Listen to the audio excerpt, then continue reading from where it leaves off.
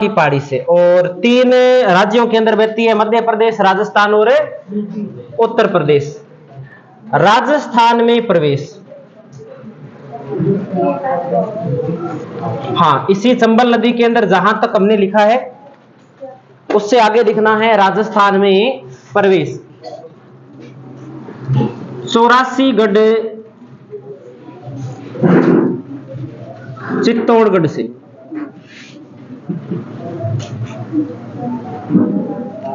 चित्तौड़गढ़ से राजस्थान में ये नदी प्रवेश करती है। फिर हम बात करें इस नदी पर, बहाव के जिले हमने लिख लिए थे, विल्य, विल्य हमने नहीं लिखा था। विल्य कौन सी नदी में होता है? यमुना नदी में, यमुना नदी में। कौन से स्थान पे होता है? तो मुरादगंज, मुरादगंज यूपी के अंदर ये यमुना नदी के अंदर मिल जाती है। कुल लंबाई, कुल लंबाई कितनी है? कुल लंबाई नवीनतम आंकड़ों के अनुसार तो है 1051 किलोमीटर, और जो पुराने आंकड़े हैं, पुराने आंकड़ों के अनुसार है 965 किलोमीटर।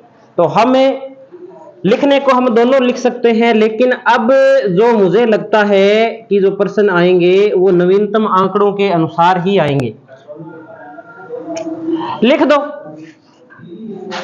965 किलोमीटर।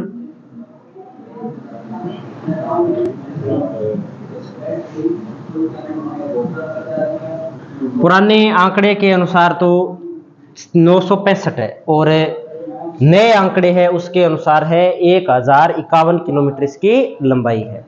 फिर हमें इसकी बात करें कि ये तो सारी लंबाई हो गई इसकी, जो मध्य प्रदेश में भी है, राजस्थान में भी है और उत्तर प्रदेश में भी है। अब हमें बात करें कि राजस्थान में लंबाई कितनी है, तो लिखिए राजस्थान में लंबाई 322 किलोमीटर। राजस्थान में लंबाई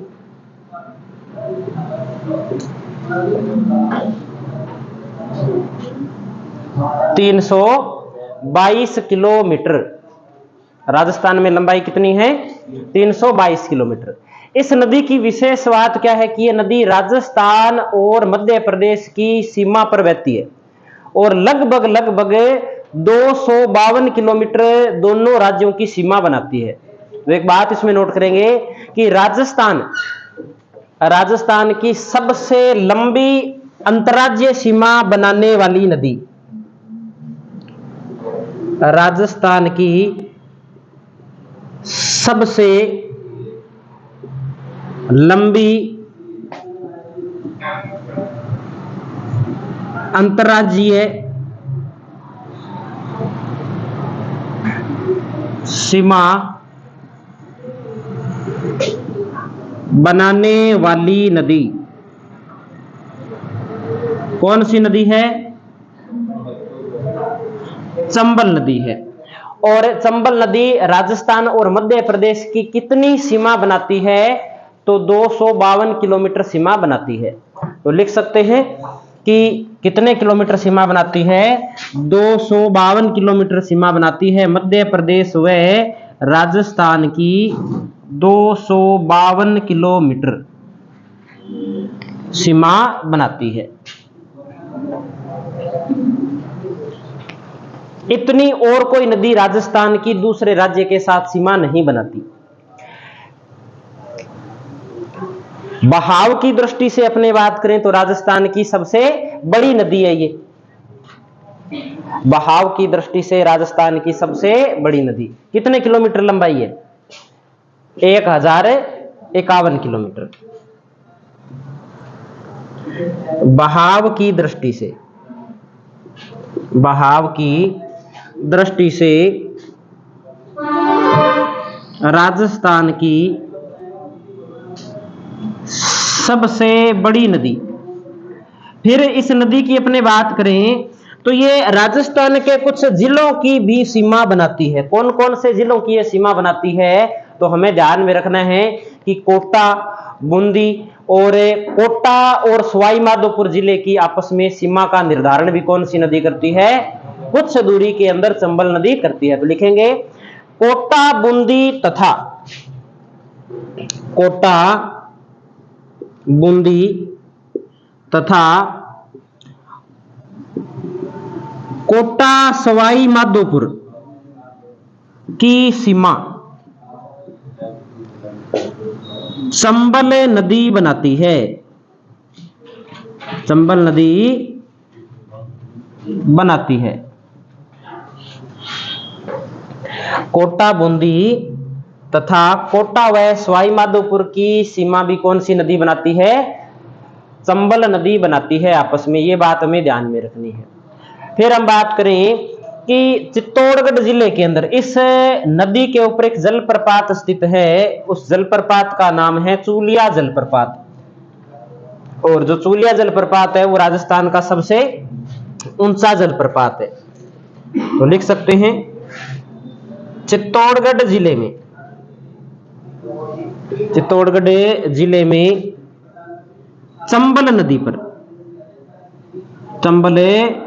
नदी पर कौन सा जलप्रपात स्थित है? चूलिया जलप्रपात स्थित है। ऊंचाई कितनी है इसकी?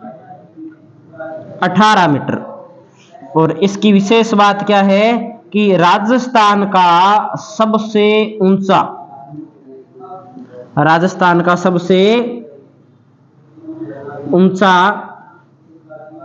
जलप्रपात, राजस्थान का सबसे ऊंचा जलप्रपात कौन सा जलप्रपात है? चूलिया जलप्रपात है। ये बात हमें ध्यान में रखनी है। चूलिया जलप्रपात किसे कहते हैं? तो जब ऊंचाई से जल नीचे की ओर गिरता है तो एक झरना नुमा जो आकृति बनती है उसे अपने किस नाम से जानते हैं? जलप्रपात के नाम से जानते हैं। आगे अपने बात करें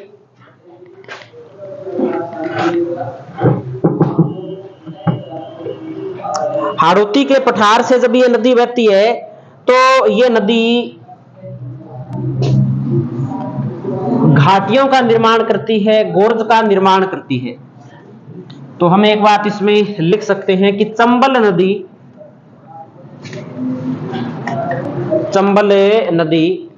गहरी घाटी, चंबल नदी गहरी घाटी गोर्ज का निर्माण करती है।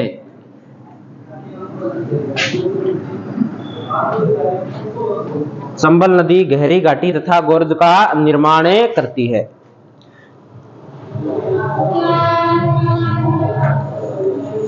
अगली हम हाँ जी, गोर्ज जब मान लो कि ये कोई पहाड़ है, ठीक है, ये पहाड़ है और जब नदी बहती है ना तो नदी कई बार क्या इस पहाड़ को काट करके बहती है, ठीक है, इस पहाड़ को काट देती है और इसके अंदर से नदी बहती है। अगर ये आकृति ऐसी है, वी अक्षर जैसी है, तब तो इसे बोलते हैं वी आकार की घाटी। और अगर ये आकृति हो जाए ऐसी, तब इसे बोलते हैं गोर्ज। एक ही बात है, कोई ज्यादा अंतर नहीं है गोर्ज और वी आकार की घाटी में या गहरी घाटी के अंदर। सिर्फ क्या है, थोड़ा सा। अब इसमें और इसमें कितना अंतर है ना? कितना अंतर लग रहा है? लगभग एक जैसी सी है, लेकिन भूगोल की भाषा में इसमें क्या आ जाता है? अंतर आ जाता है। इसे तो क्या बोलेंगे? इसे तो गोर्ज बोलेंगे और इसे क्या बोलेंगे? इसे वी आकार की घाटी बोलेंगे। ज्यादा कोई अंतर नहीं होता, बस थोड़ा सा अंतर है। समझ में आ गई होगी बात? तो क्या लिखा था हमने? चंबल नदी गहरी घाटी व गोर्ज का निर्माण करती है। कुछ जगह आपको यह भी मिल जाएगा कि वी आकार की घाटी का निर्माण करती है, तो वो भी सही है। अगली विशेषता लिखे चंबल नदी की हमें, तो अगली विशेषता हम लिख सकते हैं इसमें कि सर्वाधिक अवनलिका अपर्दन करने वाली नदी। सर्वाधिक अवनलिका अपर्दन करने वाली नदी।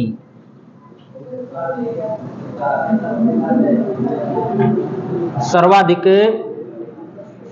अवनलिका अपर्दन करने वाली नदी कौन सी नदी है? चंबल नदी है।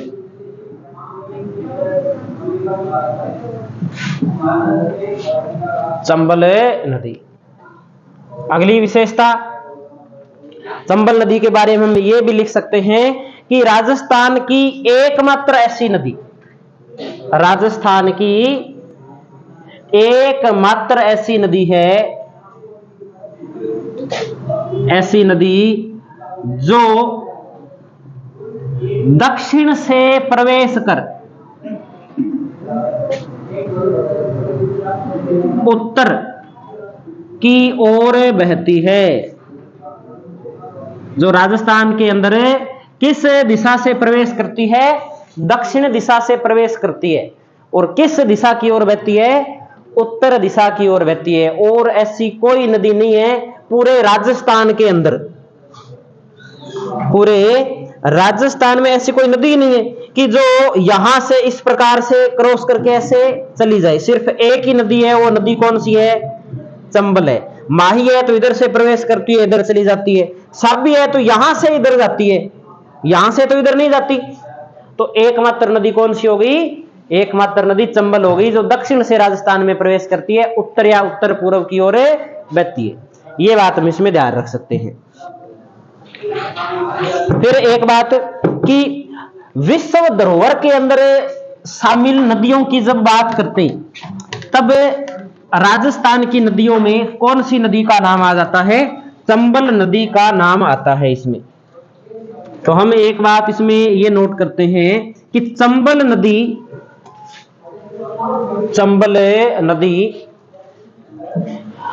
विश्व धरोहर में नामित, चंबल नदी विश्व धरोहर में नामित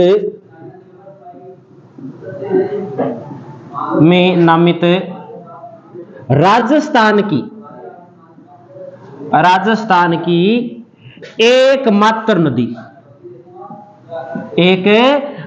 नदी है जो विश्व धरोहर के अंदर नामित की गई है या दर्ज की गई है।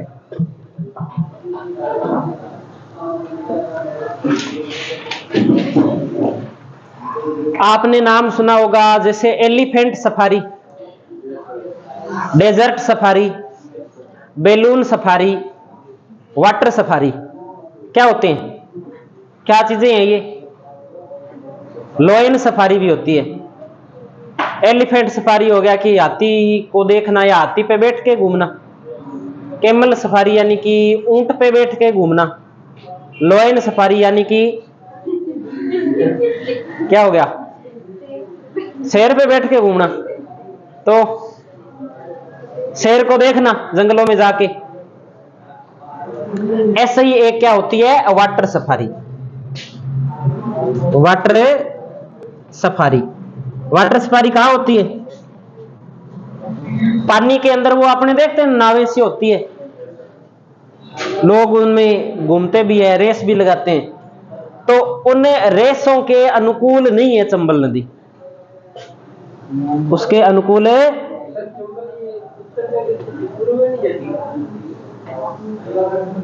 कैसे?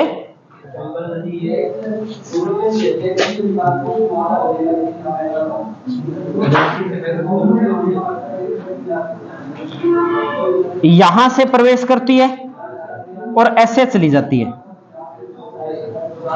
ठीक है। अब आप क्या कहना चाहते हो कि ये पूर्व की ओर जाती है, जा रही है पूर्व की ओर, क्या दिक्कत है इसमें? पूर्व की ओर जा रही है, लेकिन पूर्व की ओर तो ये ऐसे भी जा सकती थी। तो वो पूर्ण दिशा कौन सी होती? पूर्व होती। ये पूर्व जाने के मुकाबले उत्तर ज्यादा जा रही है। ठीक है। इसे उत्तर पूर्व भी लिख सकते हैं। उत्तर पूर्व भी सही है, अगर सीधा उत्तर लिखें तो भी सही है। हमें लगभग किताबों के अंदर हमें उत्तर ही लिखा हुआ मिलेगा। अगर उत्तर पूर्व लिख दें तो भी गलत नहीं है, वो भी सही है। लेकिन सीधा अगर पूर्व लिखेंगे ना तो गलत है, तो वो सही नहीं है। इसलिए हमने क्या लिखा है, उत्तर लिखा है। उत्तर के साथ में पूर्व लिख सकते हो, कोई दिक्कत वाली बात नहीं है। वाटर सफारी के उपयुक्त नहीं है चंबल नदी। क्यों उपयुक्त नहीं है? क्योंकि ये अवनलिका अपर्दन करती है, झरने बनाती है बीच बीच में। और मान लो कोई नाव लेके जा रहा है, आगे झरना आ गया, हो सकता है कि पहले तो लोग है वो नाव में बैठे हैं और नाव पानी में चल रही है, हो सकता है कि बाद में लोग पानी में बैठे और नाव ऊपर हो सकता है कि नहीं हो सकता। इसलिए वाटर सफारी के उपयुक्त नहीं है ये नदी, उबड़ खाबड़ क्षेत्रों से होकर के ज्यादा बहती है। एक ये बात है इसके अंदर। फिर भारत में नदियों की सफाई के लिए एक प्रोजेक्ट चलाया था, नमामि गंगे प्रोजेक्ट। उस नमामि गंगे प्रोजेक्ट के तहत तीसरे चरण में चंबल नदी को शामिल किया गया था सफाई के लिए। तो इंपॉर्टेंट है, कोई अगर महात्मा गांधी के जन्म के आसपास, जन्म दिवस के आसपास अगर कोई प्रश्न आ गया और गांधी जी सफाई पर पूरा बल देते हैं, तो एक प्रश्न बन जाएगा कि राजस्थान की कौन सी नदी है वो नमामि गंगे प्रोजेक्ट के अंदर शामिल की गई है, और कौन से चरण में शामिल की गई है, तो तीसरे चरण में शामिल की गई है। तो नोट कर दीजिए, आप लिख दीजिए कि नमामि गंगे प्रोजेक्ट में शामिल, नमामि गंगे प्रोजेक्ट में शामिल नदी कौन से चरण में शामिल हुई? तीसरे चरण में, तीसरे चरण में शामिल।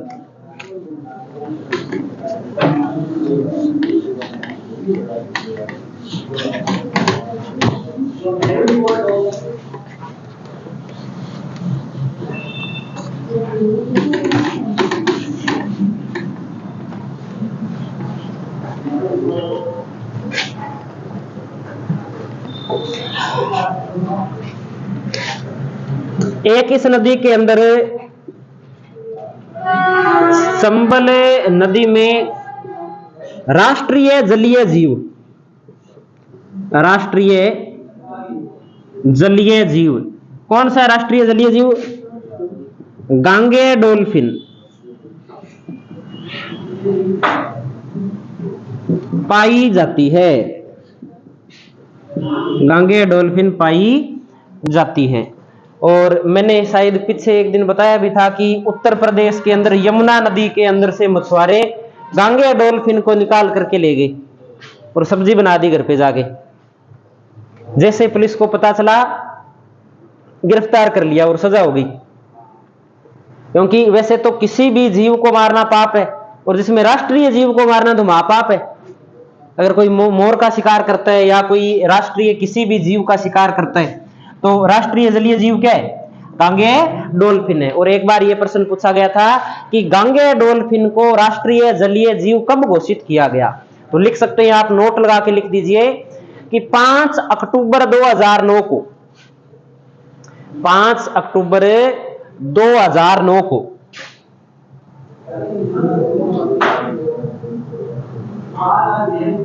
इसे राष्ट्रीय जलीय जीव, इसे राष्ट्रीय जलीय जीव घोषित किया गया, राष्ट्रीय जलीय जीव घोषित किया गया।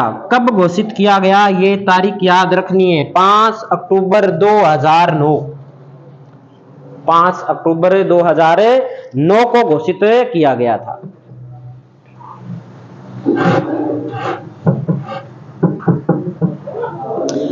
अब बात कर लेते हैं हमें इसकी कुछ सहायक नदियों की।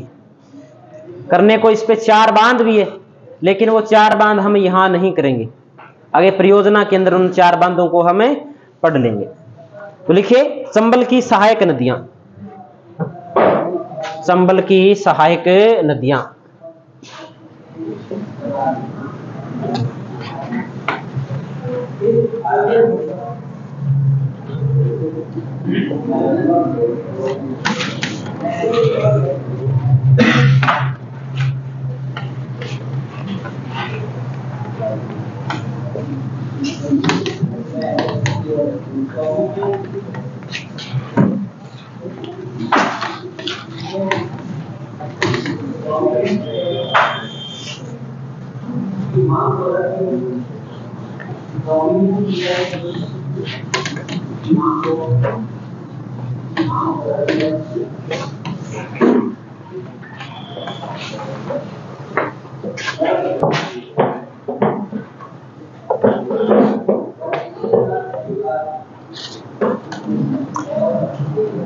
चंबल की सहायक नदियों में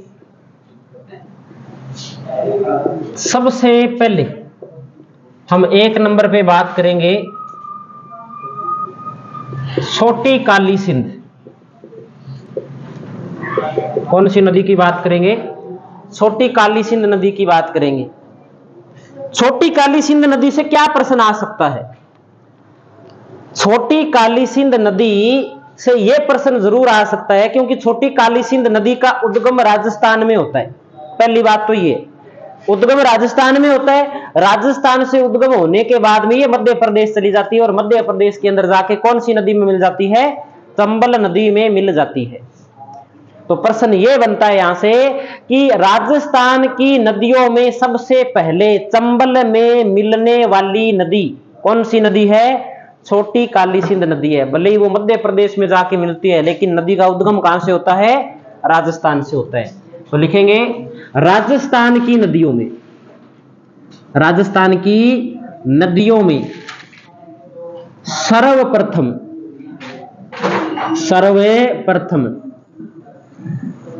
चंबल नदी में मिलने वाली नदी कौन सी नदी है? छोटी काली सिंध नदी है। सिर्फ एक ही बात याद रखनी है। फिर हमें बात करें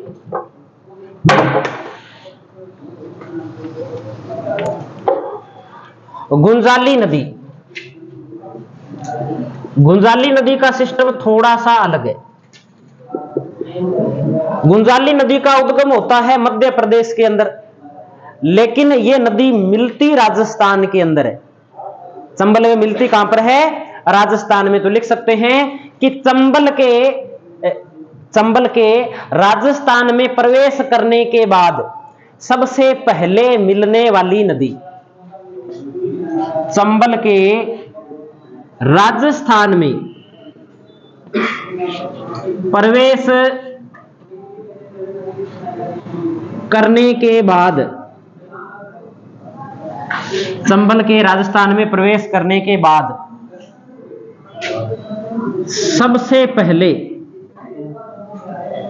सबसे पहले मिलने वाली नदी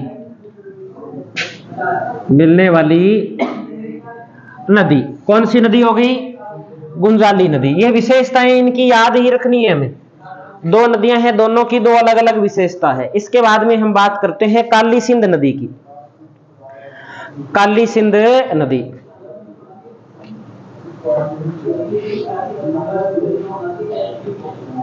काली सिंध नदी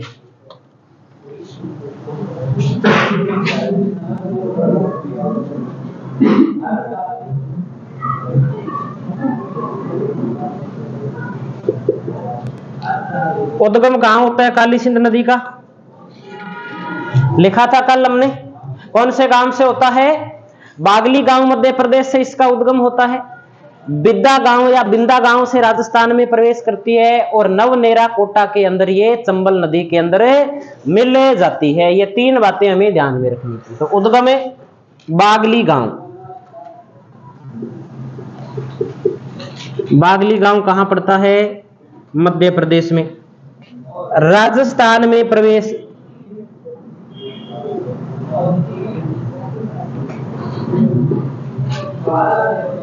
बिंदा गांव झालावाड़ से राजस्थान में प्रवेश करती है। विलय नवनेरा कोटा के अंदर, नवनेरा या कुछ जगह ननेरा, कुछ जगह नानेरा भी लिखा हुआ मिल जाता है। ठीक है, एक ही बात है। कोटा के अंदर ये कौन सी नदी के अंदर मिल जाती है? काली सिंध नदी है वो चंबल नदी के अंदर मिल जाती है। राजस्थान के कौन कौन से जिलों में बहती है? तो राजस्थान के झालावाड़ जिले के अंदर, कोटा जिले के अंदर, बारां जिले के अंदर और फिर कोटा जिले के अंदर ये बहती है। यानी कि कोटा जिले के अंदर कितनी बार जाती है? ये 2 बार जाती है। तो लिख देंगे इसमें कि बहाव के जिले, इंपॉर्टेंट नदी है ये, बहाव के जिले। तो झालावाड़, कोटा, बारां और फिर कोटा।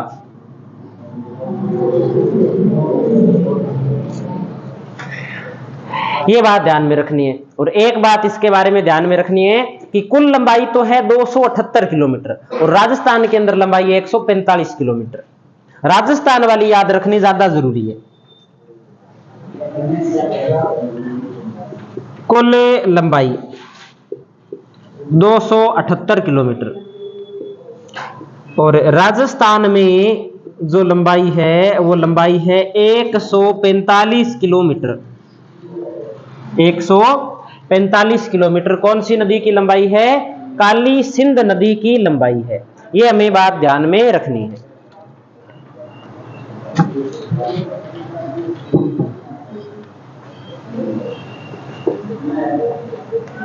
फिर हम बांधों की अगर बात करें तो हमें 2 बांध ध्यान में रखने हैं। एक तो जिसे नौनेरा बांध बोल देते हैं या नवनेरा बांध बोलते हैं, और एक हमें जो हरिश्चंद्र बांध है। ये 2 बांध में ध्यान रखने हैं। हरिश्चंद्र बांध की विशेषता कई बार पूछी जाती है कि राजस्थान का सर्वाधिक गेटों वाला बांध, सबसे ज्यादा गेट कौन से बांध के है? तो हरिश्चंद्र सागर बांध के है। 33 गेट है इसके। तो लिखेंगे काली सिंध नदी पर स्थित बांध, काली सिंध नदी पर स्थित बांध, नौनेरा बांध या नवनेरा बांध कोटा और हरिश्चंद्र सागर बांध, हरिश्चंद्र सागर बांध झालावाड़, राजस्थान का सर्वाधिक गेटों वाला बांध, राजस्थान का सर्वाधिक गेटों वाला बांध। और गेट कितने हैं? 33 गेट है। हरिश्चंद्र सागर बांध के 33 गेट ध्यान में रखने हैं। और काली सिंध के अंदर जिस स्थान पर आहू नदी आकर के मिलती है उस स्थान पे एक दुर्ग स्थित है। उस दुर्ग का नाम है गागरोन दुर्ग। तो हम लिख सकते हैं कि काली सिंध व आहू के संगम पर कौन सा दुर्ग स्थित है? गागरोन दुर्ग स्थित है। कई बार पूछा जाता है।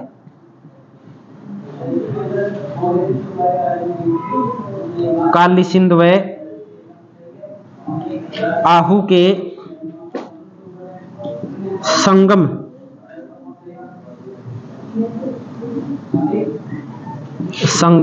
पर गागरोन दुर्ग स्थित है। गागरोन दुर्ग स्थित है। संत पिप्पा की छतरी कहाँ है? इसी दुर्ग के पास में है क्या? यहां का राजा था क्या पहले संत पिप्पा?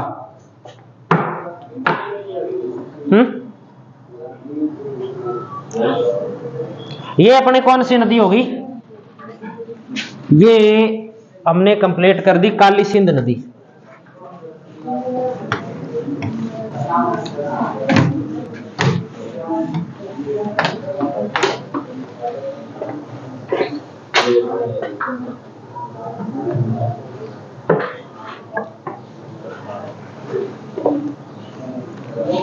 अगली नदी लिखिए पार्वती नदी।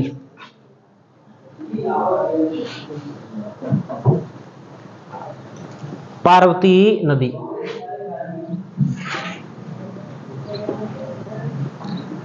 पार्वती नदी का उद्गम लिखा था क्या कल हमने मैप में?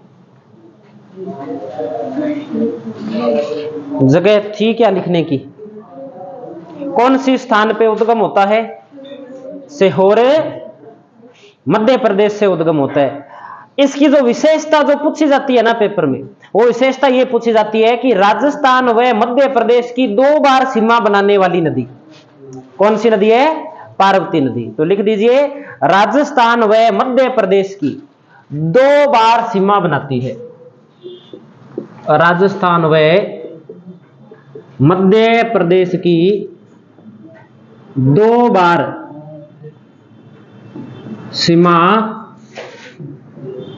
बनाती है। राजस्थान में मध्य प्रदेश की 2 बार सीमा कौन सी नदी बनाती है? पार्वती नदी बनाती है। उद्गम हमने लिख लिया था कि सीहोर मध्य प्रदेश से इसका उद्गम होता है और राजस्थान के अंदर यह प्रवेश करती है। करियाहाट जो गांव पड़ता है एक 12 जिले के अंदर, करियाहाट गांव से राजस्थान में प्रवेश करती है और पाली घाट सवाई माधोपुर के अंदर जाकर के और चंबल नदी के अंदर इसका विलय हो जाता है। तो लिख सकते हैं कि राजस्थान में प्रवेश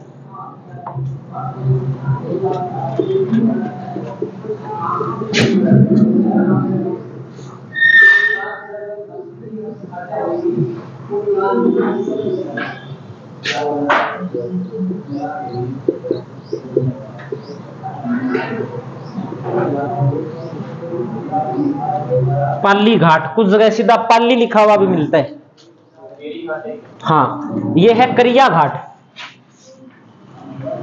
करिया घाट,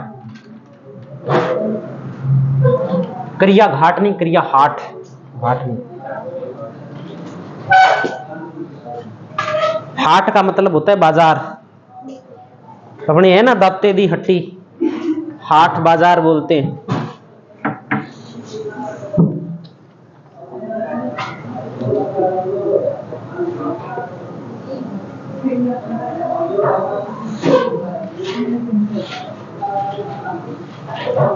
अगली नदी लिखिए, परवन नदी, परवन नदी।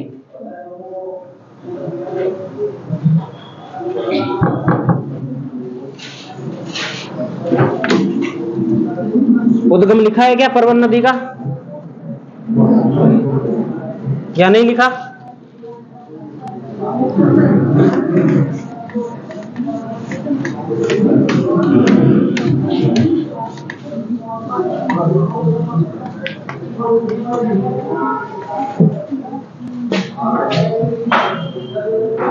परवन नदी कौन से स्थान से उद्गम होता है? नहीं लिखा? उद्गम कुछ जगह तो में लिखा हुआ मिलेगा मालवा पठार, मालवा पठार नहीं मिलेगा तो विंध्यने श्रृंखला, विंध्यने पहाड़ या पहाड़ी से इसका क्या माना जाता है? पर्वत से इसका उद्गम माना जाता है। प्रश्न क्या बनेगा हमारे, क्या पूछा जा सकता है प्रश्न? तो हमारे प्रश्न ये पूछा जाएगा कि परवन व काली खाड़ नदी जहां पर आपस में मिलती है वहां पर एक दुर्ग स्थित है, उस दुर्ग का नाम है मनोहर थाना दुर्ग। काली खाड़ नदी हमने कल बनाई थी या नहीं बनाई? परवन व काली खाड़ नदी के संगम पर मनोहर थाना दुर्ग स्थित है, मनोहर थाना दुर्ग स्थित है। एक तो ये बात ध्यान में रखनी है और दूसरी बात हम ये ध्यान में रखेंगे कि शेरगढ़ दुर्ग और शेरगढ़ अभयारण्य दोनों ही कौन सी नदी के किनारे है? तो परवन नदी के किनारे है।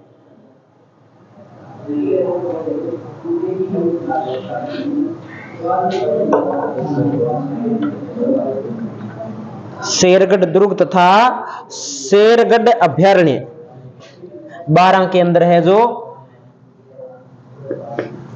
शेरगढ़ दुर्ग व शेरगढ़ अभयारण्य,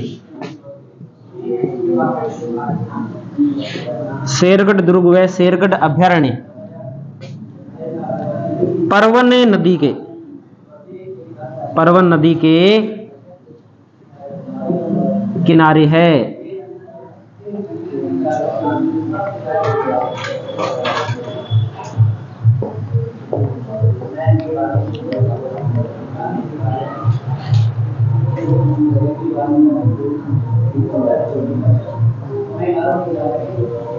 ये अपने परवन नदी कंप्लीट हो गई। और बनास, चंबल और सीप त्रिवेणी संगम कौन से स्थान पर बनाती है? बात की थी हमने, कल बनाया था मैप में त्रिवेणी संगम। कौन से संगम, कौन सा स्थान है? रामेश्वरम। या कौन सा गांव है? पदरागाम। त्रिवेणी संगम की हम अगर बात करें इसमें, तो चंबल, बनास और सीप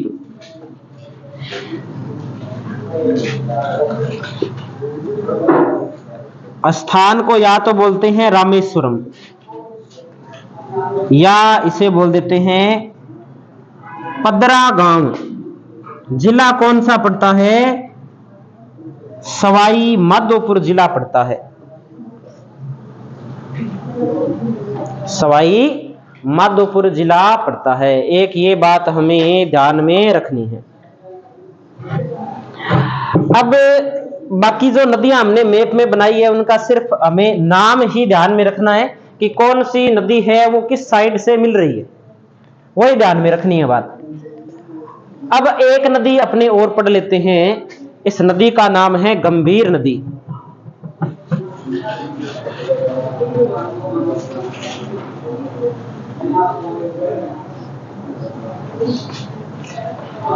कर दें साहब क्या इसको?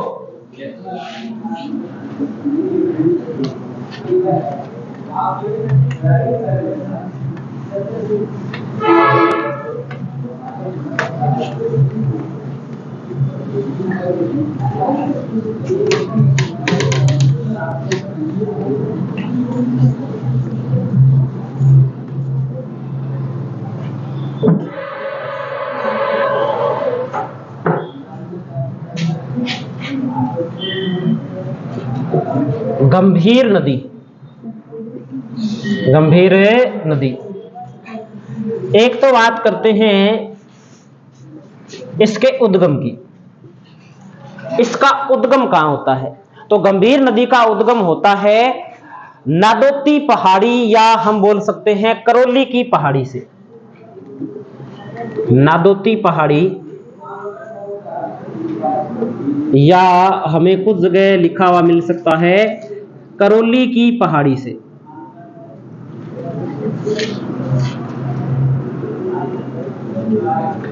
करौली से इसका उद्गम होता है।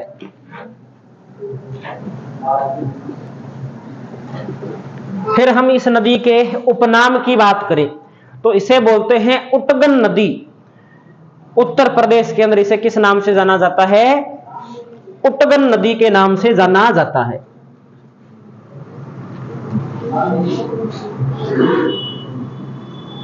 यूपी में। अब इसका एक डायग्राम बना लेते हैं हम।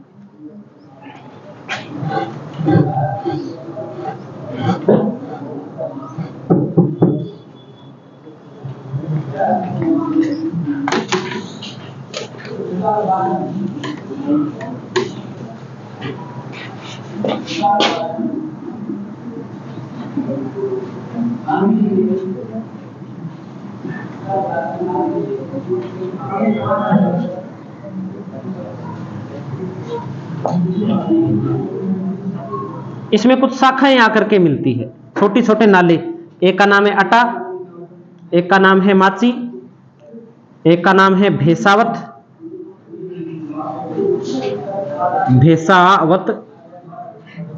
एक का नाम है भद्रावती, एक का नाम है बरखेड़ा। ये प्रश्न आया हुआ है कि अटा, माची, भेसावत, भद्रावती, बरखेड़ा किसकी सहायक नदियां हैं? किसकी सहायक नदियां हैं? हाँ। और एक इस नदी के किनारे अपने बात करें तो महावीर जी का मंदिर स्थित है। किसका मंदिर स्थित है? महावीर जी का मंदिर। इस पर एक बांध बना हुआ है। इस बांध का नाम है, कौन सा बांध है? पाचना बांध। पाचना बांध।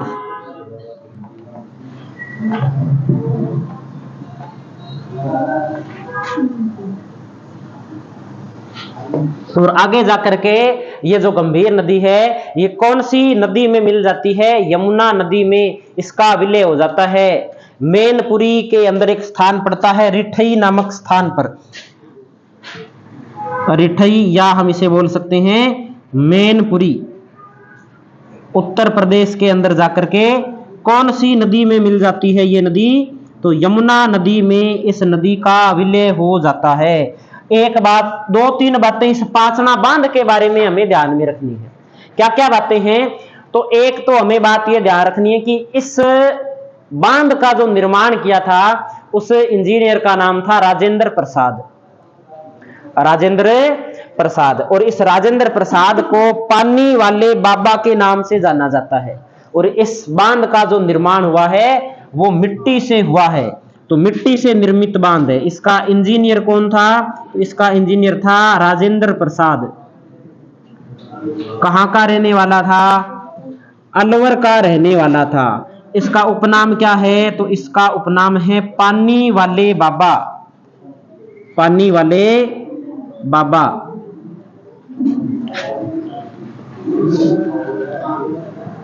अमेरिका के सहयोग से बनाया है ये बांध। अमेरिका के सहयोग से निर्मित।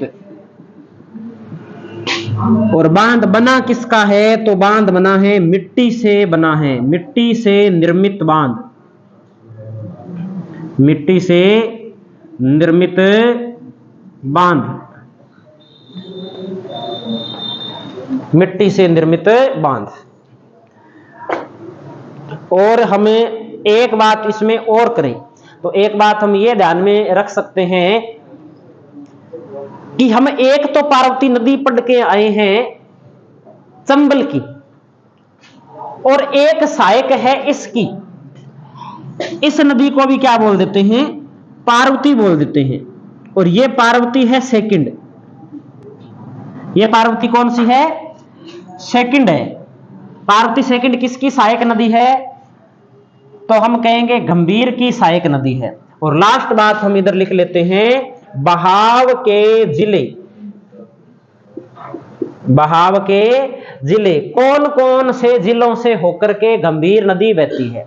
तो करौली से, करौली के बाद में गंगापुर सिटी, और गंगापुर सिटी के बाद में भरतपुर।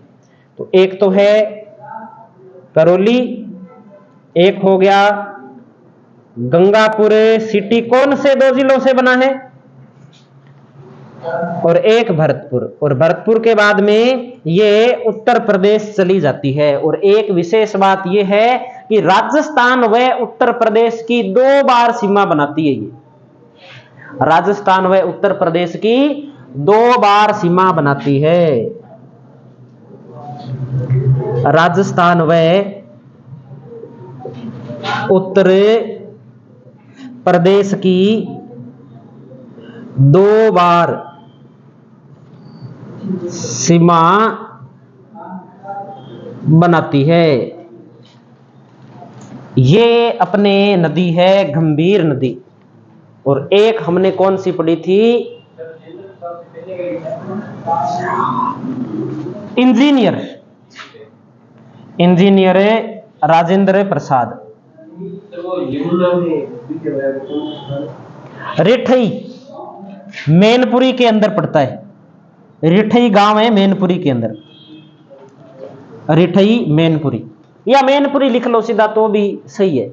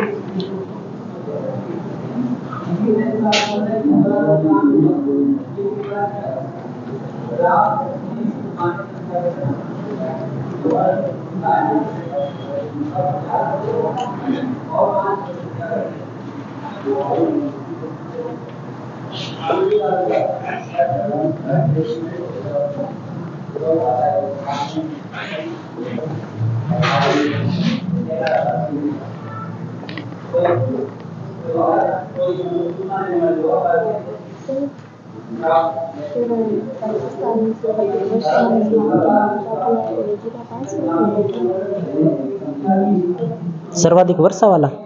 हाँ हाँ।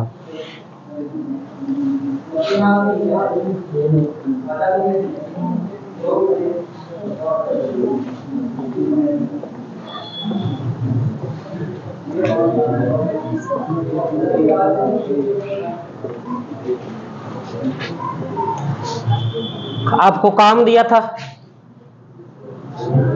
याद है क्या? भूल गए? क्या काम दिया था? करके आए हो याद? नहीं करके आए? नहीं करके आए तो क्यों नहीं करके आए? टाइम नहीं था, बिजी थे? ऐसा क्या काम था? मैथ का तो क्वेश्चन देते हैं सर एक घर पे करने के लिए, वही आप करके नहीं लाते। मैं थोड़ा करके लाए हो आज, या दिए नहीं था?